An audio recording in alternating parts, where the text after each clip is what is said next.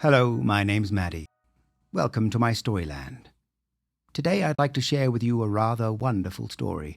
It is, in my humble opinion, the most English story ever told. And it's true. A word about the author. Douglas Adams was a very special type of writer. I would go as far as to say unique. His particular style of humorous fantasy is instantly recognizable and brooks no imitation. From the classic Doctor Who episodes he penned, to his Dirk Gently book series, to the 1988 computer game Starship Titanic, the novelization for which was written by his friend and Monty Python cast member Terry Jones. It's not simply that no one else would have done them the same way, but that no one else could have even conceived of them in the first place. This is one of the many reasons why his passing in 2001 at the young age of 49 is especially sad. Nowhere is Mr. Adams' inherent uniqueness more evident than in his most famous creation, The Hitchhiker's Guide to the Galaxy, which started out as a radio series and ended up as a genre-defining book series. In the fourth book of the trilogy, So Long and Thanks for All the Fish, the protagonist tells a story to his girlfriend, Fenchurch. And while the book is fiction, the story is not. According to the author, it's based on a real event that happened to a real person. Him, as it happens. There is some debate as to whether this is true. According to Mr. Adams, the original event happened to him in Cambridge in 1976, but Snopes.com refers to similar stories being told a few years earlier. However, as Snopes itself points out, just because something similar happened to someone else some other time, doesn't mean it didn't happen later to Mr. Adams. Anyway, I choose to believe the author. I mean, why not? It's a truly perfect story, and one I could easily picture the author inside of. It's a story about manners and etiquette, and dealing with the unexpected. It's about a battle of wills, power, absurdity, and a packet of biscuits. And today, it is my pleasure to read it to you. Are you ready? Then let's begin. The Biscuit Story by Douglas Adams. "Tell me the story," said Fenchurch firmly. "You arrived at the station?" "I was about 20 minutes early. I'd got the time of the train wrong." "Get on with it," Fenchurch laughed. "So I bought a newspaper to do the crossword and went to the buffet to get a cup of coffee." "You do the crossword?" "Yes." "Which one?" "The Guardian, usually." "I think it tries to be too cute. I prefer the Times." "Did you solve it?" "What?" "The crossword in the Guardian." "I haven't had a chance to look at it yet," said Arthur. "I'm still trying to buy the coffee." "All right, then. Buy the coffee." "I'm buying it." "I am also," said Arthur, "buying some biscuits." "What sort?" "Rich tea." "Good choice." "I like them." Laden with all these new possessions, I go and sit at a table. And don't ask me what the table was like, because this was some time ago, and I can't remember. It was probably round. "All right. So let me give you the layout. Me, sitting at the table. On my left, the newspaper.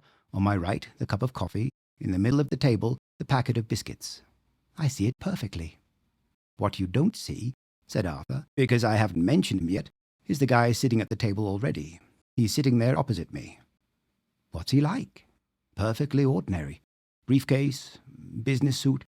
"He didn't look," said Arthur, "as if he was about to do anything weird." "Ah, I know the type. What did he do?" "He did this.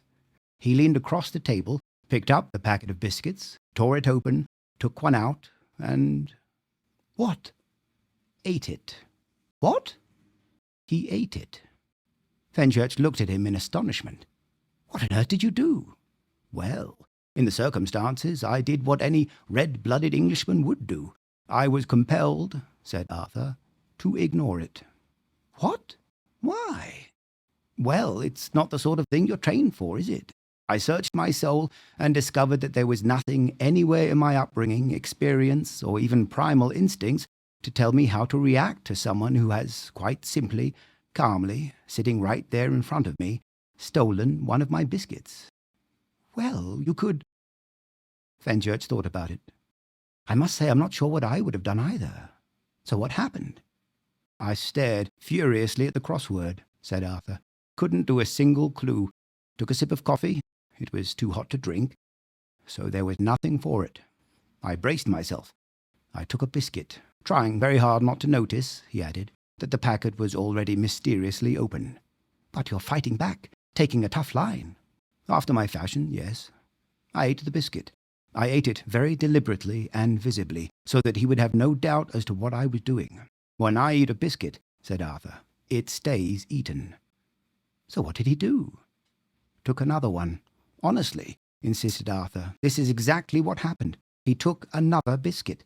He ate it, clear as daylight, certain as we are sitting on the ground. Fenchurch stirred uncomfortably. And the problem was, said Arthur, that having not said anything the first time, it was somehow even more difficult to broach the subject the second time around. What do you say? Excuse me, I couldn't help noticing. Doesn't work. No, I ignored it, with, if anything, even more vigor than previously.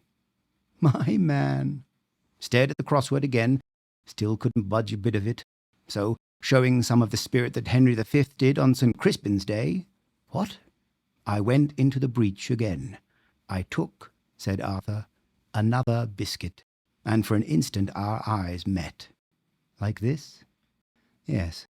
Well, no, not quite like that, but they met, just for an instant, and we both looked away. But I'm here to tell you, said Arthur, that there was a little electricity in the air. There was a little tension building up over the table at about this time. I can imagine. We went through the whole packet like this. Him, me, the whole packet? Well, it was only 8 biscuits, but it seemed like a lifetime of biscuits we were getting through at this point. Gladiators could hardly have had a tougher time. Gladiators, said Fenchurch, would have had to do it in the sun. More physically grueling. There is that. So, when the empty packet was lying dead between us, the man at last got up, having done his worst, and left. I heaved a sigh of relief, of course. As it happened, my train was announced a moment or two later, so I finished my coffee, stood up, picked up the newspaper, and underneath the newspaper, yes, were my biscuits. And before I bid you farewell, I would like to finish with the postscript that Douglas Adams himself attached on a number of occasions. Namely, that wandering around somewhere in England, there's probably a man who tells exactly the same tale, except he doesn't have the punchline. Well, I hope you enjoyed the story. Perhaps I'll see you again. I certainly hope so. Until then. Hello, Mattie here. Thanks for watching me read stuff. There are lots more videos of me reading stuff over on my channel, and if there's other stuff you'd really like me to read, just let me know in the comment section below. Don't forget to hit the like and subscribe buttons, and I upload new videos all the time, so maybe hit the bell icon too, so you can get notified when new stuff comes out. Thanks again for watching, and see you next time.